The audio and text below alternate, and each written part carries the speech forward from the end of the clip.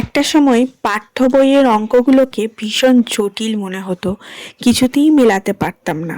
মনে হতো এর উত্তর কোনোদিনই হয়তো পাঠ্য বইয়ের খাতায় লেখা হয়ে উঠবে না।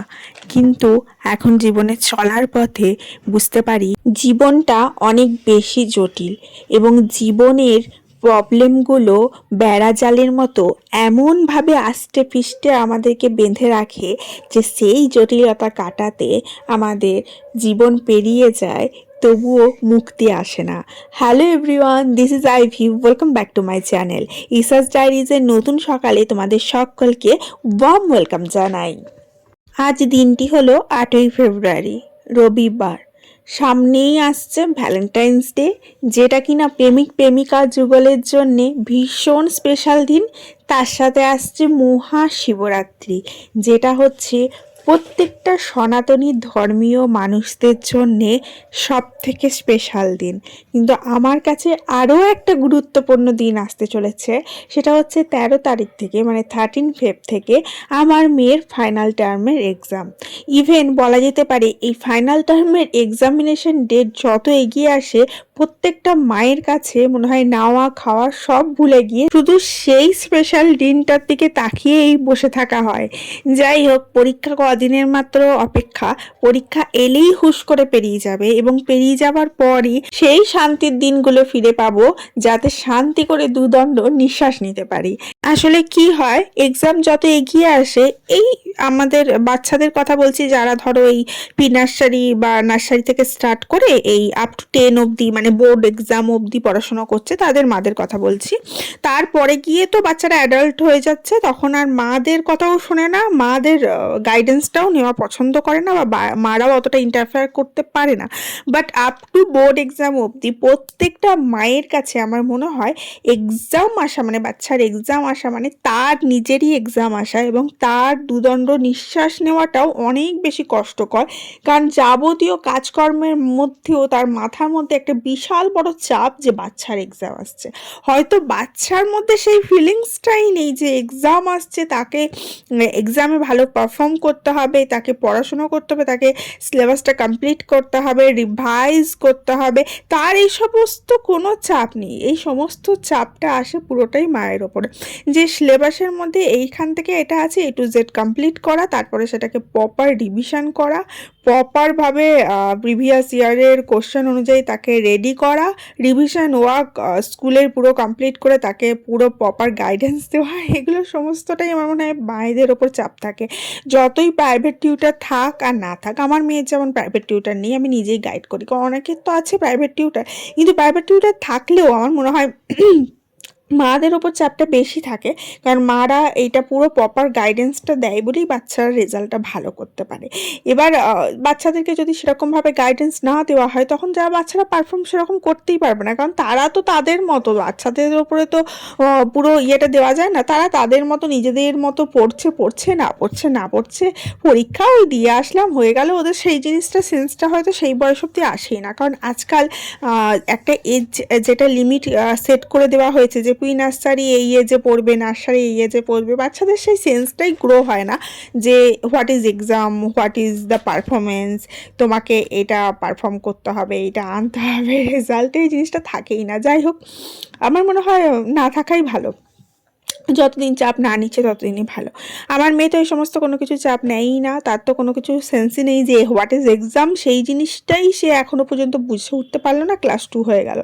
তো যাই হোক, আমার মেয়ে অনেকটা কম এজে যদিও পড়াশুনো করছে, ওর বন্ধু বান্ধবরাই ওর থেকে অনেক বড়, 1 বছর 1.5 বছরের বড় ওর বন্ধু বান্ধবরা। যাই হোক, যত তাড়াতাড়ি পড়াশুনো করে নেবে তত তাড়াতাড়ি ভালো আমার মনে হয়। অনেকটা সময় পাওয়া যায় নিজের কেরিয়ারটাকে এস্টাবলিশ করার বা গ্রো করার। যাই হোক, আজকে সকালবেলা উঠে আমি বিছানা ঝাড়া রীতিমতো সময় পাইনি, কারণ মেয়েটা একটু দেরি করে উঠেছিল, রাত্রেবেলা একটু শুতে লেট হচ্ছে, আমি ভিডিও দিতে পারছি না, একটু লাইভ করছি, মেয়েকে পড়াচ্ছি, এবং এই সমস্ত মিলিয়ে একটা চাপ সৃষ্টি হচ্ছে। তার ফলে একটু লেট হয়ে যাচ্ছে শুতে, মেয়েরও একটু লেট হচ্ছে শুতে। এবং মেয়েকে আমি সকালবেলা তাড়াতাড়ি, ফ্র্যাঙ্কলি আমি তাড়াতাড়ি ওঠাই না। ওর এখন স্টাডি লিভ চলছে, ও এখন ঘরে পড়াশুনো করছে, স্টাডি লিভ চলছে, একবারে এক্সাম হবে। এখন স্কুল বন্ধ রয়েছে, তো ওকে আমি ওঠাই না, কারণ ও সারা দুপুর ঘুমায় না, সারা দুপুর আমি ওকে পড়াই। অ্যান্ড তারপরে আবার একটু ব্রেক দিই, তারপরে আবার সন্ধ্যা থেকে পড়াই। তো ও কন্টিনিউয়াস যেহেতু পড়াশোনার মধ্যেই ওকে রাখি, তার জন্য ওকে আমি সকালবেলাটা রেস্ট নিতে দিই। সকালবেলাটা আমিও রেস্ট নিই, ওও রেস্ট নেয়। তো ওই সকালবেলার টাইমটুকুর মধ্যে যতটুকু ব্লগ করা বা জিনিসপত্র গুছিয়ে নেওয়া। তো এর মধ্যেই আমার রান্নাবান্না কমপ্লিট হয়ে গেছে, চান কমপ্লিট হয়ে গেছে, দেখতেই পাচ্ছ চুলটা আমার পুরো ভিজে, এখনো শোকায়নি। আর এখন তো চারিদিকে একটা গরম গরম হাওয়া আসছে, কিন্তু আমার না শরীরটা ভালো নেই। জ্বর, কখনো কখনো জ্বরটা চলে আসছে, ঠান্ডা লাগছে, কখনো কখনো জ্বরটা চলে যাচ্ছে, গরম করছে। এই দেখো আমি এখন একটু চেরি খাচ্ছি, এটা আমার খুব ফেভারিট খাবার, জানি না কেননা অনেকেই পছন্দ করে না এই চেরি ফ্রুটটা। এটা না পায়েসে দেওয়া হয়, বা দেখবে পুজোর সময় এই ফলটা দেওয়া হয়, অনেক সময় পুজোতে দেওয়া হয়। 5 রকম ফল 7 রকম ফল তো পাওয়া যায় না, তখন চেরিটা বা খেজুরটা একটা ফ্রুট হিসেবে গণ্য করে দেওয়া হয়। বাট এই চেরিটা পার্সোনালি আমার ভীষণ পছন্দের। আমার সরস্বতী পুজোয় আনা ছিল, তো ওটাই আমি বার করে খাচ্ছি। লাস্ট ইয়ার আমরা ভাইজ্যাক ঘুরতে গেছিলাম, ভাইজ্যাক থেকে গেছিলাম আরুকা ভ্যালি। সেই আরুকা ভ্যালিতে একটা জায়গা ছিল যেখানে অর্গানিক গার্ডেন ছিল, সেখানে সমস্ত কিছু অর্গানিক জিনিস বিক্রি হচ্ছিল, আমসত্ত্ব, চেরি, বিভিন্ন ধরনের জিনিস আর কি এরকম। তো সেখান থেকে আমি প্রচুর পরিমাণে আমসত্ত্ব নিয়ে এসেছিলাম, চেরিটা আর আনিনি, কারণ ওখানকার চেরিগুলো সত্যি ভালো লাগছিল না, সেরকম মিষ্টতা ছিল না। হয়তো জল বা জলবায়ুর ওপর ডিপেন্ড করে সেই সমস্ত জিনিসগুলো ডিফারেন্ট হয়েছে। তো ওখানকার আমসত্ত্বটা খেতে কিন্তু একদম ডিফারেন্ট, খুব সুন্দর খেতে ছিল। তো চেরি খেতে গিয়ে মনে পড়ে গেল আমার। যাই হোক, এখন আমি বসে পড়েছি রীতিমতো পড়াশোনা করতে, কারণ বললাম তোমাদের একটু আগেই যে 13 তারিখ থেকে আমার পরীক্ষা সামনেই। তো পড়াশোনা তো করতেই হবে, দেখতেই পাচ্ছ মেয়ে নেই পাশে, কিন্তু আমি পড়াশোনা করতে ঠিক বসে গেছি, খাতা পেন বই সমস্ত কিছু নিয়ে। মানে সকালে ঘুম থেকে উঠে থেকে আমাকে কোন সিলেবাসটা শেষ করতে হবে, কোনটা রিভাইজ করতে হবে, এগুলো সব আমার এখন মুখস্থ হয়ে গেছে। মানে তুমি লিটারালি আমাকে পরীক্ষায় বসিয়ে দাও, আমি ফার্স্ট হয়ে কি আমি গোটা জেলার মধ্যে, গোটা পৃথিবীর মধ্যে ফার্স্ট হয়ে যাবো, এটুকু গ্যারান্টি দিতে পারি। আমার সব মুখস্থ। এটা হচ্ছে একটা মায়ের যুদ্ধ, হয়তো আমার মতো সবারই সিচুয়েশন। যাই হোক, এখানে আমি টাস্ক দিচ্ছিলাম আমার মেয়েকে, কারণ আমি চেষ্টা করি রিভিশন ওয়ার্কের মধ্যে যত রকম মানে কোয়েশ্চেন ক্রিয়েট করে ওকে রিভাইজ করানো যায় করতে আর কি। মানে একটা কোয়েশ্চেনের ধরো অনেক রকমের প্যাটার্ন হয়, সেরকমভাবে অনেক কিছু আমি করবার চেষ্টা করি। তার মধ্যে যতটা আউটপুট ভালোই আউটপুট দেয় আমার মেয়ে, কিন্তু কখনোই খারাপ আউটপুট আজ পর্যন্ত দেয়নি, রেজাল্ট ভালোই করে।